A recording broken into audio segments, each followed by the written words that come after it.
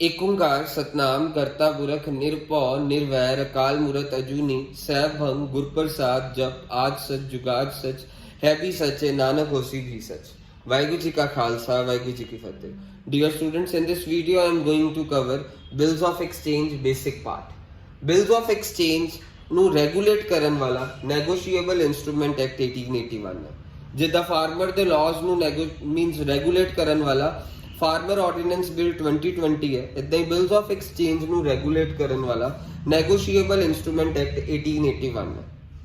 So bills of exchange ਦੇ ਵਿੱਚ basically ਦੋ ਪਾਰਟੀਆਂ, ਵੈਸੇ ਤਾਂ ਪਾਰਟੀਆਂ ਤਿੰਨ ਵੀ ਹੋ ਸਕਦੀਆਂ, ਚਾਰ ਵੀ ਹੋ ਸਕਦੀਆਂ, ਬੇਸਿਕ ਦੋ ਪਾਰਟੀਆਂ ਅਸੀਂ ਡਿਸਕਸ ਕਰ ਰਹੇ ਹਾਂ ਇਸ ਵੀਡੀਓ ਦੇ ਵਿੱਚ। ਡਰਾਇਰ ਐਂਡ ਡਰਾਈ ਦੇ ਬਾਰੇ ਡਿਸਕਸ ਕਰਾਂਗੇ।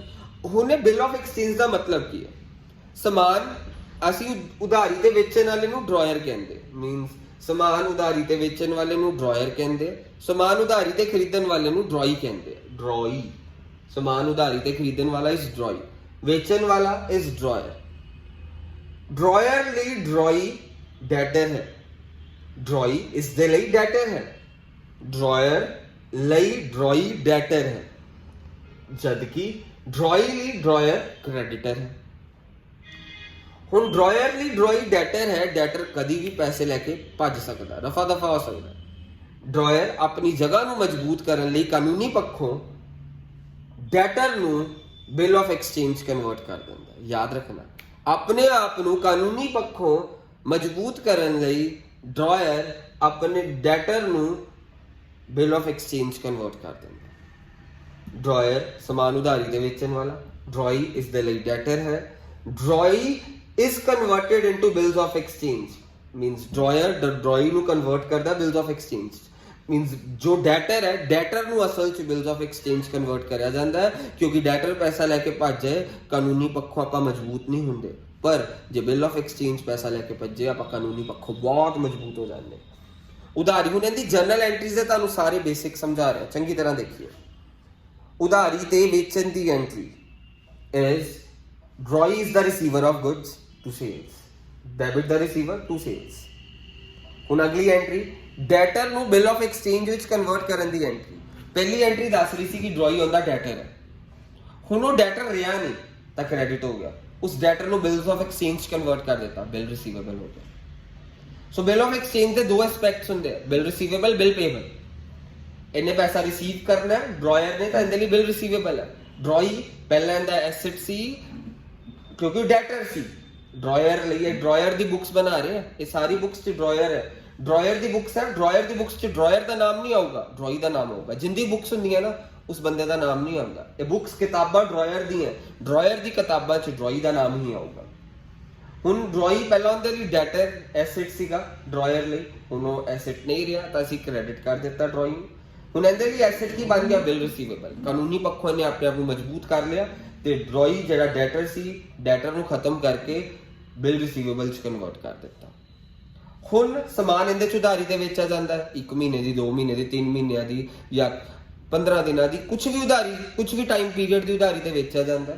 ਉਹ ਜਾਂ ਤਾਂ ਵੇਟ ਕਰੇ ਡਿਊ ਡੇਟ ਤੱਕ ਦੀ, ਇਹ ਬੰਦੇ ਨੂੰ ਜਾਂ ਤਾਂ ਵੇਟ ਕਰਨੀ ਪਊਗੀ। ਡਿਊ ਡੇਟ ਤੇ ਜਾਣਾ ਕਿੰਨੂੰ ਪਏਗਾ? ਡਰਾਈ ਕੋਲ ਪੈਸਾ ਡਰਾਈ ਤੋਂ ਲੈਣਾ। ਡਰਾਈ ਜਿੰਦੇ ਕੋਲ ਵੀ ਬਿੱਲ ਪਿਆ ਹੋਊਗਾ ਉਹੀ ਬਿੱਲ ਲੈ ਕੇ ਜਾਊਗਾ ਡਰਾਈ ਕੋਲ, ਪੈਸੇ ਲੈ ਕੇ ਆਊਗਾ। ਡਰਾਈ ਕਦੀ ਪੈਸਾ ਦੇਣ ਨਹੀਂ ਆਊਗਾ, ਪੈਸਾ ਲੈਣ ਜਾਣਾ ਪੈਣਾ। ਜਿੰਦੇ ਕੋਲ ਵੀ ਬਿਲ ਆਫ ਐਕਸਚੇਂਜ ਹੈ ਉਹ bill of exchange due date ਤੇ ਡਰਾਈ ਕੋਲ ਜਾਏਗਾ ਤਾਂ ਪੈਸਾ ਲੈ ਕੇ ਆ ਜਾਏਗਾ। ਸਪੋਜ਼ ਬਿਲ ਆਫ ਐਕਸਚੇਂਜ ਇਹਦੇ ਕੋਲ ਹੀ ਪਿਆ ਡਿਊ ਡੇਟ ਤੇ, ਤਾਂ ਡਿਊ ਡੇਟ ਕੋਲ ਗਿਆ ਇਹ ਡਰਾਇਰ, ਡਰਾਈ ਕੋਲ ਗਿਆ ਪੈਸਾ ਦੇ, ਇਹਦੇ ਕੋਲ ਪੈਸਾ ਆ ਗਿਆ, ਕੈਸ਼ ਅਕਾਊਂਟ ਡੈਬਿਟ ਵਾਟ ਕਮਸ ਇਨ। ਪਹਿਲਾਂ ਬਿਲ ਰਿਸੀਵੇਬਲ ਐਸੈਟ ਸੀਗਾ ਇਹਦੇ ਲਈ, ਹੁਣ ਪੈਸਾ ਹੀ ਮਿਲ ਗਿਆ ਤਾਂ ਐਸੈਟ ਖਤਮ ਹੋ ਗਿਆ, ਟੂ ਬਿਲ ਰਿਸੀਵੇਬਲ। ਹੋ ਸਕਦਾ ਹੈ ਇਹਨੂੰ ਡਿਊ ਡੇਟ ਤੋਂ ਪਹਿਲਾਂ ਹੀ, ਇਹ ਆਪਸ਼ਨ 1 ਸੀ, ਹੁਣ ਇਹ ਆਪਸ਼ਨ 2 ਕਰ ਰਿਹਾ, ਹੋ ਸਕਦਾ ਇਹਨੂੰ ਡਿਊ ਡੇਟ ਤੋਂ ਪਹਿਲਾਂ ਹੀ ਪੈਸੇ ਦੀ ਲੋੜ ਪੈ ਗਈ।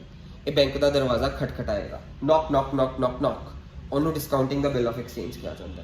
ਬੈਂਕ ਇਹਨੂੰ ਟਾਈਮ ਤੋਂ ਪਹਿਲਾਂ ਪੈਸਾ ਦੇ ਦੂਗਾ, ਬੈਂਕ ਅਕਾਊਂਟ ਹੈ ਕਿ ਬੈਂਕ ਕੋਲ ਪੈਸਿਆਂ ਦੀ ਸੇਲ ਲੱਗੀ ਕਿ ਉਹਨੂੰ ਪੈਸਾ ਦੇ ਦੇਗਾ ਟਾਈਮ ਤੋਂ ਪਹਿਲਾਂ, ਬੈਂਕ ਪੈਸਾ ਕੱਟ ਕੇ ਦਊਗਾ, ਡਿਸਕਾਊਂਟ ਚਾਰजेस ਅਕਾਊਂਟ ਹੈ। 2 ਬਿਲ ਰਿਸੀਵੇਬਲ, ਪਹਿਲਾਂ ਉਹਦੇ ਲਈ ਐਸੈਟ ਸੀਗਾ, ਹੁਣ ਉਹ ਐਸੈਟ ਖਤਮ ਹੋ ਗਿਆ ਕਿਉਂਕਿ ਪੈਸਾ ਹੀ ਮਿਲ ਗਿਆ। ਇਸ ਪ੍ਰੋਸੈਸ ਨੂੰ ਡਿਸਕਾਊਂਟਿੰਗ ਦਾ ਬਿਲ ਆਫ ਐਕਸਚੇਂਜ ਕਿਹਾ ਜਾਂਦਾ। ਫਿਰ ਹੋ ਸਕਦਾ ਇਹਨੇ ਬਿੱਲ ਕਿਸੇ ਹੋਰ ਨੂੰ ਦੇ ਦਿੱਤਾ, ਜੇ ਕਿਸੇ ਹੋਰ ਨੂੰ ਦੇ ਦਿੱਤਾ ਹੁੰਦਾ ਤਾਂ ਉਹਨੂੰ ਬਿੱਲ ਐਂਡੋਰਸੀ ਕਹਿੰਦੇ ਜਿਹੜਾ ਬੰਦਾ ਹੁੰਦਾ। ਸਪੋਜ਼ ਮੈਂ ABC ਕਿੰਗਸੀ ਨੇ ABC ਬੰਦੇ ਤੋਂ ਪੈਸੇ ਲੈਣੇ ਸੀਗੇ। ਕਿੰਗਸੀ ਕੀ ਕਰੂਗਾ, ABC ਬੰਦੇ ਨੇ ਤੁਹਾਨੂੰ ਪੈਸੇ 3 ਕੁ ਮਹੀਨੇ ਬਾਅਦ ਦੇਣੇ ਆ, ਉਸ ਤੋਂ ਇਲਾਵਾ ਕਿੰਗਸੀ ਨੇ PQR ਨੂੰ ਪੈਸੇ ਦੇਣੇ।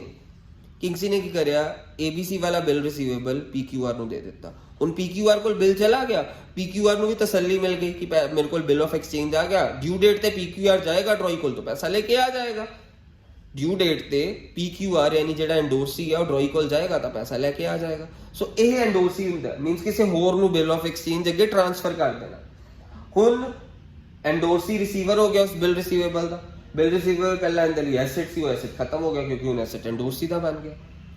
ਯਾਦ ਰੱਖਣਾ, ਜਿੰਦੇ ਕੋਲ ਵੀ ਬਿੱਲ ਆਫ ਐਕਸਚੇਂਜ ਹੁੰਦਾ ਉਹੀ ਡਰੋਈ ਕੋਲ ਜਾਏਗਾ ਤੇ ਡਿਊ ਡੇਟ ਤੇ ਪੈਸੇ ਲੈ ਕੇ ਆਏਗਾ। ਡਰੋਈ ਕਦੀ ਆਪਣੇ ਆਪ ਪੈਸਾ ਦੇਣ ਨਹੀਂ ਆਏਗਾ, ਇਹ ਚੀਜ਼ ਨੂੰ ਯਾਦ ਰੱਖਣਾ।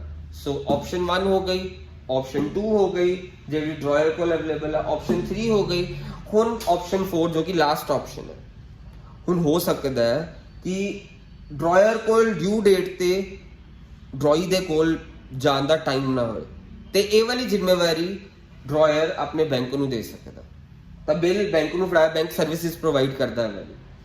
ਡਿਊ ਡੇਟ ਤੋਂ 2 ਕੁ ਦਿਨ ਪਹਿਲਾਂ ਬਿੱਲ ਪਕੜਾਇਆ ਹੈ ਡਰਾਇਰ ਬੈਂਕ ਨੂੰ, ਤੂੰ ਬਿੱਲ ਰਿਸੀਵੇਬਲ ਲਿਖ ਦਿੱਤਾ, ਐਸੈਟ ਖਤਮ ਹੋ ਗਿਆ ਤੇ ਡੈਬਿਟ ਕੀ ਹੋਗਾ, ਬਿੱਲ ਸੈਂਟ ਫॉर ਕਲੈਕਸ਼ਨ, ਕਿਉਂਕਿ ਬੈਂਕ ਨੂੰ ਰਸੀਦ ਦੇ ਦੂਗਾ ਉਹਨੂੰ। Bill sent for collection 5000 bank ਨੇ ਰਸੀਦ ਦੇਤੀ ਤਾਂ ਉਹਦੇ ਲਈ ਰਸੀਦ ਐਸੈਟ ਹੋ ਗਈ, ਬਿੱਲ ਰਿਸੀਵੇਬਲ ਹੁਣ ਬੈਂਕ ਕੋਲ ਚਲਾ ਗਿਆ, ਕ੍ਰੈਡਿਟ ਵਾਟ ਗੋਜ਼ ਆਊਟ ਦੇ ਨਾਲ ਉਹ ਕ੍ਰੈਡਿਟ ਹੋ ਗਿਆ। ਹੁਣ ਡਿਊ ਡੇਟ ਵਾਲੇ ਦਿਨ ਬੈਂਕ ਜਾਊਗਾ ਡਰੋਈ ਕੋਲ, ਪੈਸਾ ਲੈ ਆਊਗਾ ਤੇ ਲੈ ਕੇ ਆਉਣ ਤੋਂ ਬਾਅਦ ਉਹਦੇ ਬੈਂਕ ਖਾਤੇ 'ਚ ਪਾ ਦੂਗਾ। ਬੈਂਕ ਸਾਰੇ ਫ੍ਰੀ ਦੇ ਵਿੱਚ ਸਰਵਿਸਿਜ਼ ਨਹੀਂ ਪ੍ਰੋਵਾਈਡ ਕਰਦੇ, ਤਾਂ ਬੈਂਕ ਚਾਰजेस ਅਕਾਊਂਟ ਡੈਬਿਟ ਹੋ ਜਾਏਗਾ। ਸਪੋਜ਼ ਬਿੱਲ ਰਿਸੀਵੇਬਲ 5000 ਦਾ ਸੀਗਾ ਤੇ ਉਹ ਖਤਮ ਹੋ ਗਿਆ ਸੀਗਾ ਆਪਣੇ ਲਈ, ਸਾਨੂੰ ਬੈਂਕ ਨੇ ਰਸੀਦ ਦੇਤੀ ਸੀ ਬਿੱਲ ਸੈਂਟ ਫॉर ਕਲੈਕਸ਼ਨ ਵਾਲੀ ਜੋ ਸਾਡੇ ਲਈ ਐਸੈਟ ਬਣ ਗਈ ਸੀ। ਹੁਣ ਜਦੋਂ ਡਿਊ ਡੇਟ ਤੇ ਪੈਸਾ ਆ ਹੀ ਗਿਆ ਤਾਂ ਉਹ ਰਸੀਦ ਵੀ ਖਤਮ ਹੋ ਗਈ ਸਾਡੇ ਲਈ, ਉਹਦਾ ਕੰਮ ਖਤਮ ਹੋ ਗਿਆ। ਪਹਿਲਾਂ ਅਸੀਂ ਰਸੀਦ ਡੈਬਿਟ ਕਰੀ ਸੀ, ਹੁਣ ਕ੍ਰੈਡਿਟ ਕਰ ਦਿੱਤੀ, ਬੈਂਕ ਡੈਬਿਟ ਕਰ ਦਿੱਤਾ, ਬੈਂਕ ਚਾਰजेस ਡੈਬਿਟ ਕਰਤੇ। ਜੇ ਬੈਂਕ ਦੇ ਉੱਤੇ ਹੈ ਬੈਂਕ ਚਾਰਜ ਲੈਂਦਾ ਕਿ ਨਹੀਂ, ਕਈ ਬੈਂਕ ਲੈਂਦੇ ਕਈ ਨਹੀਂ ਲੈਂਦੇ। ਸੋ ਜੇ ਲੈਣਗੇ ਚਾਰजेस ਤਾਂ ਬੈਂਕ ਚਾਰजेस ਡੈਬਿਟ ਹੋ ਜਾਣਗੇ, ਜੇ ਨਹੀਂ ਲੈਣਗੇ ਤਾਂ ਕੱਲਾ bank account debit to bill sent for collection ਹੋ ਜਾਏਗਾ। ਇਹ ਡਰਾਇਰ ਦੀ ਕਿਤਾਬਾਂ ਹੋ ਗਈਆਂ। ਡਰਾਇਰ ਸਮਾਨ ਉਧਾਰੀ ਤੇ ਵੇਚਣ ਵਾਲਾ, ਡਰਾਇਰ ਦੀ ਕਿਤਾਬਾਂ ਦੇ ਵਿੱਚ ਡਰਾਇਰ ਦਾ ਨਾਮ ਨਹੀਂ ਆਊਗਾ, ਡਰਾਈ ਦਾ ਨਾਮ ਆਊਗਾ। ਸੋ ਹੁਣ ਮੈਂ ਤੁਹਾਨੂੰ ਅੱਗੇ ਕਰਵਾ ਰਿਹਾ ਡਰਾਈ ਦੀ ਕਿਤਾਬਾਂ। ਡਰਾਈ ਸਮਾਨ ਉਧਾਰੀ ਤੇ ਖਰੀਦਣ ਵਾਲਾ ਇਸ ਕਾਲਡ ਡਰਾਈ। ਡਰਾਈ ਲਈ ਡਰਾਇਰ ਕ੍ਰੈਡੀਟਰ ਹੈ। ਸੋ ਸਭ ਤੋਂ ਪਹਿਲਾਂ ਇਹਨੇ ਸਮਾਨ ਉਧਾਰੀ ਤੇ ਖਰੀਦਿਆ, ਉਸ ਸਮਾਨ ਉਧਾਰੀ ਤੇ ਖਰੀਦਣ ਦੀ entry is what, purchase account debit. ਕਿੰਦੇ ਤੋਂ ਸਮਾਨ ਉਧਾਰੀ ਤੇ ਖਰੀਦਿਆ, ਡਰਾਇਰ ਤੋਂ। Drawer is the giver, credit the giver ਵਾਲੇ ਰੂਲ ਨਾਲ ਇਹ ਕ੍ਰੈਡਿਟ ਹੋ ਗਿਆ। ਉਸ ਤੋਂ ਬਾਅਦ ਹੋਇਆ ਕਿ ਇਹ ਕ੍ਰੈਡੀਟਰ ਨੂੰ ਬਿੱਲ ਆਫ ਐਕਸਚੇਂਜ ਵਿੱਚ ਕਨਵਰਟ ਕਰ ਦਿੱਤਾ ਗਿਆ। ਪਹਿਲਾਂ ਇਹ ਕ੍ਰੈਡੀਟਰ ਸੀ ਡਰਾਇਰ, ਕ੍ਰੈਡੀਟਰ ਖਤਮ ਹੋ ਗਿਆ ਤਾਂ ਅਸੀਂ ਡੈਬਿਟ ਕਰ ਦਿੱਤਾ ਤੇ ਕੀ ਨਵਾਂ ਕਰਜ਼ਾ ਬਣ ਗਿਆ, ਮੀਨਸ ਕ੍ਰੈਡੀਟਰ ਨੂੰ ਬਿਲਸ ਪੇਬਲ ਚ ਕਨਵਰਟ ਕਰ ਦਿੱਤਾ। ਪਹਿਲਾਂ ਕ੍ਰੈਡੀਟਰ ਕਰਜ਼ਾ ਸੀ, ਉਹ ਕ੍ਰੈਡੀਟਰ ਨਾਮ ਦਾ ਕਰਜ਼ਾ ਖਤਮ ਕਰਤਾ, ਡੈਬਿਟ ਹੋ ਗਿਆ ਤੇ ਉਹ ਕਰਜ਼ੇ ਨੂੰ ਕਿੰਦਾ ਰੂਪ ਦੇ ਦਿੱਤਾ ਗਿਆ, ਬਿਲਸ ਪੇਬਲ ਦਾ। ਸੋ ਟੂ ਬਿਲਸ ਪੇਬਲ ਹੋ ਗਿਆ। ਉਸ ਤੋਂ ਬਾਅਦ ਜਿਹੜੀ ਡਰਾਇਰ ਲਈ ਬਿਲ ਰਿਸੀਵੇਬਲ, ਉਹਨੇ ਪੈਸਾ ਰਿਸੀਵ ਕਰਨਾ ਹੁੰਦਾ ਹੈ, ਡਰਾਈ ਲਈ ਬਿਲਸ ਪੇਬਲ। ਉਸ ਤੋਂ ਬਾਅਦ ਜਿਹੜੀ ਡਿਊ ਡੇਟ ਤੇ ਇਹ ਪੈਸਾ ਦੇਊਗਾ, ਇਹਨੇ ਤਾਂ ਪੈਸਾ ਡਿਊ ਡੇਟ ਤੇ ਹੀ ਦੇਣਾ, ਚਾਹੇ dryer option 1, option 2, option 3, option 4 ਜਿਹੜੀ ਮਰਜ਼ੀ ਆਪਸ਼ਨ ਚੂਜ਼ ਕਰ ਲੈ, ਇਹਨੇ ਤਾਂ ਡਿਊ ਡੇਟ ਤੇ ਹੀ ਪੈਸਾ ਦੇਣਾ ਪੁੱਤਰੋ। ਸੋ ਬਿਲ ਪੇਬਲ ਪਹਿਲਾਂ ਇਹਦੀ ਲਾਇਬਿਲਿਟੀ ਸੀ, ਲਾਇਬਿਲਿਟੀ ਖਤਮ ਹੋ ਗਈ, ਡੈਬਿਟ ਕਰ ਦਿੱਤਾ, ਟੂ ਕੈਸ਼ ਕਰ ਦੇਣਾ ਅਸੀਂ, bills payable account debit to cash. ਇਹਦੇ ਤੋਂ ਕੈਸ਼ ਜਾ ਰਿਹਾ, credit what goes out. Liability ਪਹਿਲਾਂ ਸੀਗੀ, ਉਹ ਕਰਜ਼ਾ ਖਤਮ ਕਰ ਦਿੱਤਾ ਉਹਨੇ ਕੈਸ਼ ਦੇ ਕੇ, ਬਿਲਸ ਪੇਬਲ ਟੂ ਕੈਸ਼। ਇਹ ਸਾਡਾ ਟੌਪਿਕ ਹੋ ਗਿਆ bill of exchange was honoured on due date, ਉਹਦੀ ਐਂਟਰੀਜ਼ ਹੋ ਗਈਆਂ ਸਾਰੀਆਂ। ਕੀ ਮੀਨਸ ਹੈ, ਤੁਹਾਨੂੰ ਐਂਟਰੀਜ਼ ਦੇ ਰੂਲਸ ਯਾਦ ਹੋਣੇ ਚਾਹੀਦੇ, ਕਿਉਂ ਪਾਈਆਂ ਇਹ ਐਂਟਰੀ। ਮੀਨਸ ਰੱਟਾ ਮਾਰੋਗੇ ਇੱਕ ਦਿਨ 'ਚ ਹੀ ਭੁੱਲ ਜਾਓਗੇ। ਸਮਝ ਕੇ ਕਰਨਾ, ਵੀਡੀਓ ਨੂੰ ਬਾਰ-ਬਾਰ बैक करके देखना, रिवाइंड करके देखना। बाय बच्चों।